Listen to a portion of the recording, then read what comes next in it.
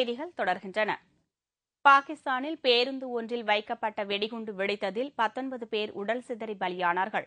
பலர் படுகாயமடைந்தனர்.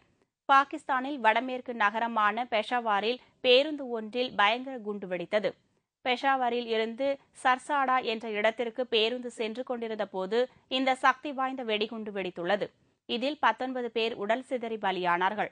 மேலும் 20க்கும் மேற்பட்டோர் படுகாயமடைந்து மருத்துவமனையில் அனுமதிக்கப்பட்டுள்ளனர். இதில் பலரின் நிலைமை கவலைக்கிடமான நிலையில் இருப்பதாக மருத்துவர்கள் தெரிவித்துள்ளனர். பேருந்தில் பயணம் செய்தவர்களில் பெரும்பாலானோர் அரசு ஊழியர்கள் என்பது குறிப்பிடத்தக்கது.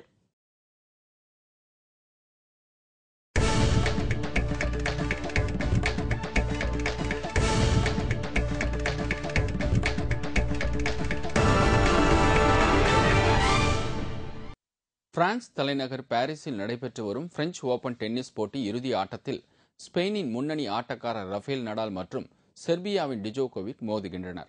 பாரிஸில் நேற்று நடைபெற்ற பரபரப்பான முதல் அரையிறுதி ஆட்டத்தில் உலகின் 2ஆம் நிலை ஆட்டக்காரரான ஸ்பெயினின் ரஃபேல் நடால் சக வீரரான டேவிட் ஃபெரரை எதிர்கொண்டு விளையாடினார்.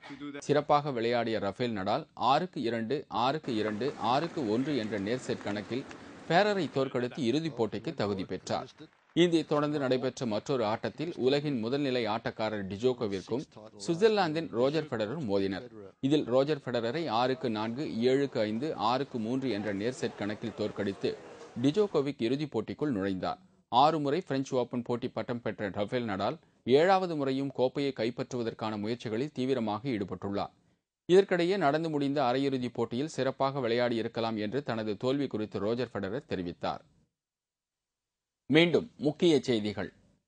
புதுக்கோட்டை இடைத்தேர்தலில் தேமுதிக வெற்றி பெற்றால் மக்களின் அடிப்படை தேவைகள் அனைத்தும் நிறைவேற்றப்படும் என்று கேப்டன் விஜயகாந்த் உறுதியளித்தார்.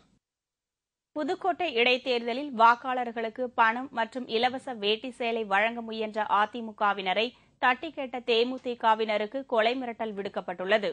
நரேந்திர மோடியுடன் ஏற்பட்ட மோதல் உச்சகட்டத்தை எட்டியதை அடுத்து சஞ்சய் ஜோஷி பாஜகவில் இருந்து விலகியுள்ளார். பெட்ரோலை தொடர்ந்து டீசல் மற்றும் சமையல் எரிவாயு ஆகியவற்றின் விலையை உயர்த்தும் திட்டம் மத்திய அரசுக்கு தற்போது இல்லை என்று பெட்ரோலியத்துறை அமைச்சர் ஜெயபால் ரெட்டி தெரிவித்துள்ளார். இத்துடன் செய்திகள் நிறைவடைந்தன. மீண்டும் செய்திகள் பிற்பகல் 1 மணிக்கு. வணக்கம்.